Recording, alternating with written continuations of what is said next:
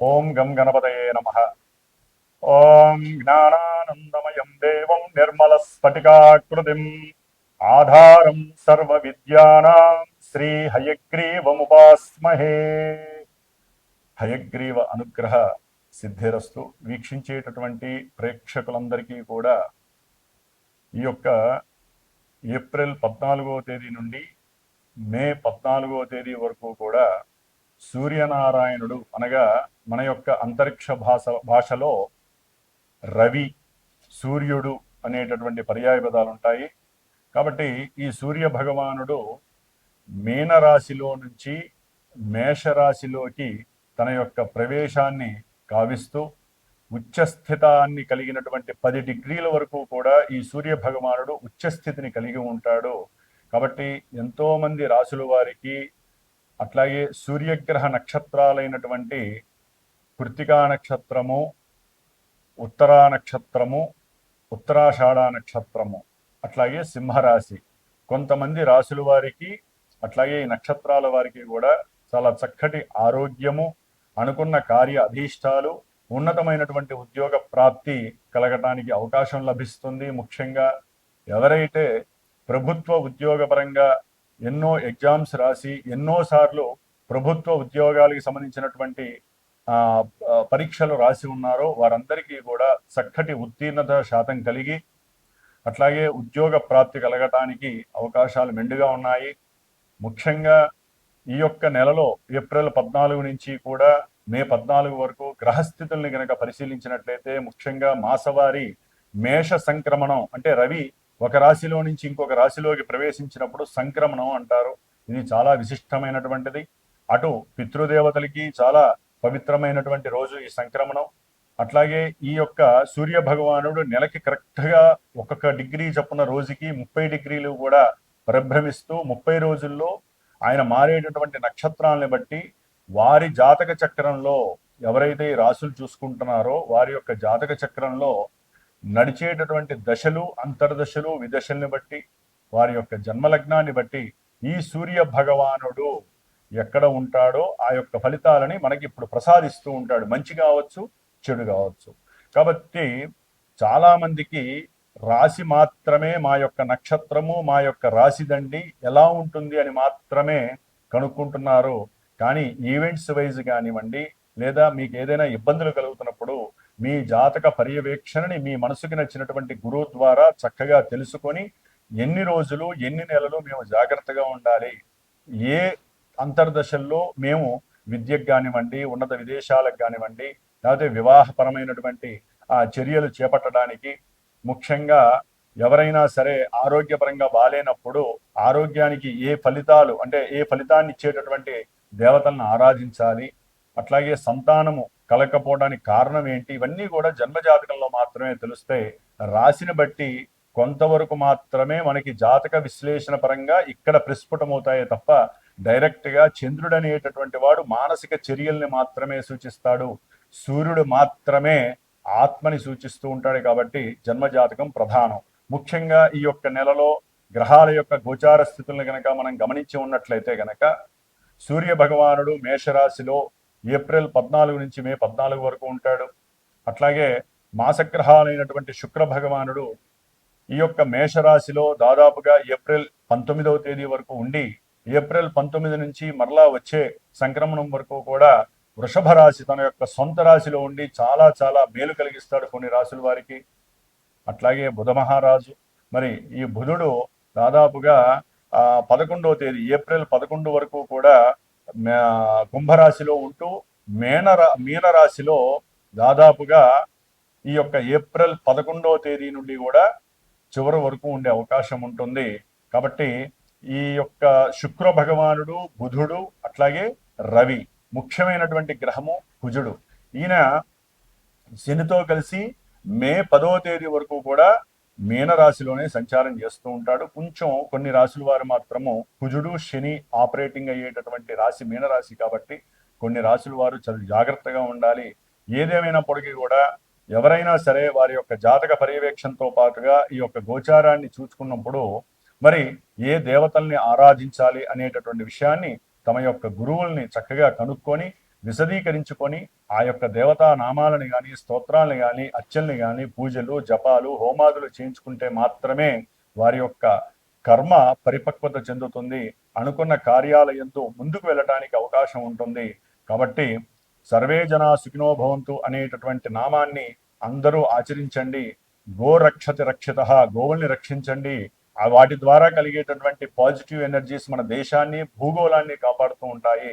వృక్షో రక్షత రక్షిత, వృక్షాలని ఎవరూ కూడా ఛేదించకండి, వృక్షాలని సాధ్యమైనంత వరకు పెంపొందించుకోండి. ఎందుకంటే ఒక్కొక్కరి యొక్క జన్మ నక్షత్రాన్ని బట్టి ఒక్కొక్క వృక్షము ఉంటుంది, రాశుల్ని బట్టి వృక్షం ఉంటుంది. కాబట్టి ఆ వృక్షాలని పెంచితే గనక వారి యొక్క ఆయురారోగ్యాలు బాగుంటాయి. ఇట్లా ఎన్నో విషయాలు మన యొక్క జ్యోతిష శాస్త్రంలో నిక్షిప్తమై ఉన్నాయి. కాబట్టి మరి మేషరాశి నుంచి మీనరాశి వరకు, అట్లాగే అశ్విని నక్షత్రం నుంచి రేవతి నక్షత్రం వరకు ఎవరికి ఈ మాసాంతము సూర్య సంక్రమణం వలన మేషరాశిలో సంక్రమించినటువంటి ఈ యొక్క సూర్య సంక్రమణం వలన ఈ 4 గ్రహాలతో పాటుగా కుజుడు, అట్లాగే గురుడు మిథున రాశిలోనే ఉంటాడు, అట్లాగే శని భగవానుడు మీనరాశిలో ఉంటాడు, కేతువు సొంత నక్షత్రంలో సింహరాశిలో ఉంటాడు, రాహువు కుంభరాశిలో సొంత నక్షత్రంలో ఉంటూ కూడా వారు చేసే విన్యాసాలు, వారిచ్చే ఫలితాలు మనం ఇప్పుడు తెలుసుకుందాం. ఓం శ్రీమాత్. సింహరాశి వారికి ఈ ఏప్రిల్ మాసం 14వ తేదీ నుండి మే 14వ తేదీ వరకు మేషరాశిలో ఉచ్చస్థితగతుడైనటువంటి మరి సింహరాశ్యాధిపతి, ఆ ఇంటికే అధిపతి అయినటువంటి సూర్య భగవానుడు భాగ్యస్థానంలో ఉచ్చస్థితగతుడవటం చాలా చాలా చాలా విశేషప్రదం అని చెప్పుకోవాలి. దాదాపుగా 2 నెలల బట్టి వీరు చేస్తున్న ప్రతి పనిలో కానీ, తండ్రితో అవమానాలు కానీ, వీరి యొక్క అనారోగ్య బాధలు కానీ తీరిపోయేటటువంటి సమస్య, ఆ తీరిపోయేటటువంటి సమయం ఆసన్నమైందిగా భావించాలి. అన్ని సమస్యలకి చెక్ పెడుతున్నాడు సూర్య భగవానుడు ఈ యొక్క సింహరాశి వారి. ఎందుకంటే అండి, ఒక ఇంటికి యజమాని ఎప్పుడైతే ఒక మంచి స్థాయిలో ఉంటాడో, సేఫెస్ట్ ప్లేస్లో ఉంటాడో, వారికి ఉన్నటువంటి బర్డెన్స్ చాలా వరకు తొలగిపోతాయి. సరే, గోచారం రూల్స్ ప్రకారము 9వ భావంలో 9వ స్థానంలో సూర్యుడు ఉండటం అంత మంచిది కాదు అనడం ఓకే, అది కొంత మనం ఎగ్రీ చేయాల్సింది. అదే జన్మజాతకంలో ఈ సూర్యుడు గనక మంచి అవకాశాలు ఇచ్చేటటువంటి గ్రహం అయితే గనక ఇక దానికి తిరుగులేదని చెప్పుకోవాలి. ధనస్థానాధిపతి అయితే విపరీతమైనటువంటి ధనం, తృతీయాధిపతి అయితే కనుక విదేశాలకు ప్రయాణము, చతుర్థాధిపతి అయితే ఉన్నతమైనటువంటి గృహము. ఇట్లా జన్మజాతకంలో మన లగ్నం నుంచి సూర్య భగవానుడు ఏ స్థానానికి అధిపతి అయి ఉన్నాడో, ఇప్పుడు ఆయన వచ్చే స్థితిలో ఉంటే ఎలా ఉంటుంది అనేది మనసుకి ఆనందంగా కల్పించేదే గోచారం. మరి ఈ యొక్క సింహరాశి వారికి చక్కటి దూర ప్రయాణాలు కలగడానికి అవకాశం ఉంది. అది ఉద్యోగరీత్యా కావచ్చు, చదువురీత్యా కావచ్చు, తండ్రి యొక్క ఆరోగ్యం సెట్ అయిందని చెప్పి కానివ్వండి, లేకపోతే తండ్రి యొక్క ఆస్తికి సంబంధించినటువంటి విషయంలో మీ యొక్క సంతకం ముఖ్యం అనుకున్నప్పుడు మీరు వెళ్ళి ఆనందంతో సంతకం పెట్టి ఆ యొక్క ఆస్తి పత్రాలు తెచ్చుకోవటము, ఇలాంటివి ఎన్నో జరుగుతున్నాయి శుభాలు సింహరాశి వారికి. కాబట్టి ఏంటంటే కాస్త ప్రయాణాల యందు జాగ్రత్త.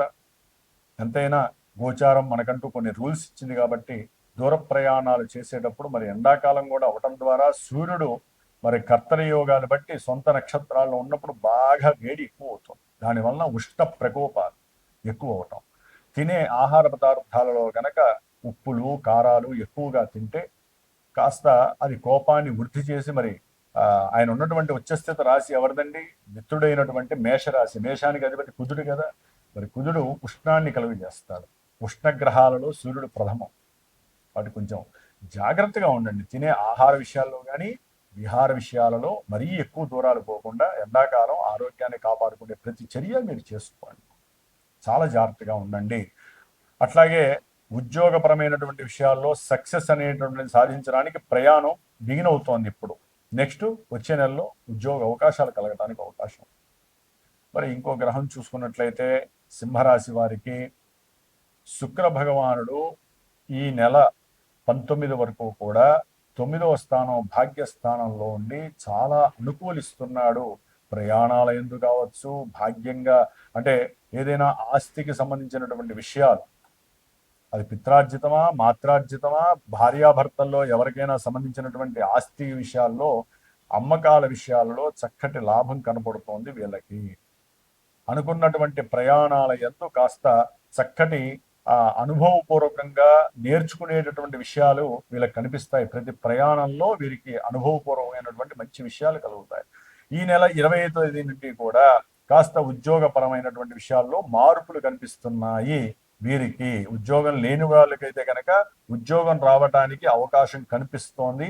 ఉద్యోగంలో ఉన్న వాళ్ళకి ప్రమోషన్ ఇచ్చా కావచ్చు, లేకపోతే ఇంకొంచెం ఏదైనా ఆర్థికపరమైనటువంటి విషయాల్లో వీళ్ళు ఎదగటానికి ఇంకో ఉద్యోగానికి ఇంటర్వ్యూకి వెళ్ళి ఆ ఉద్యోగంలో సక్సెస్ సాధించే అవకాశం కూడా సింహరాశి వారికి కనిపిస్తోంది. ఉన్నంతలో కాస్త పర్వాలేదు. కాకపోతే శుక్రుడు 10వ భావంలో ఉన్నాడు కాబట్టి ఆర్థిక ధనవృద్ధి కోసము, కీర్తి ప్రతిష్టలు పెంచుకోవడం కోసము, కుటుంబంలో వృద్ధి కోసము వీరు కాస్త శుక్రగ్రహానికి అధిష్టాన దేవత అయినటువంటి, అట్లాగే సింహరాశి వారికి సప్తమంలో ఉన్నటువంటి రాహుగ్రహ దోష పరిహారార్థమై దుర్గాదేవి గాని లక్ష్మీదేవిని గాని ఆరాధించండి. కనకదార స్తోత్రం చదివితే ఉద్యోగంలో మంచి ప్రమోషన్ లెవెల్స్ ఎదగడానికి, ఆర్థికంగా లాభం కలగడానికి అవకాశం కలుగుతుంది.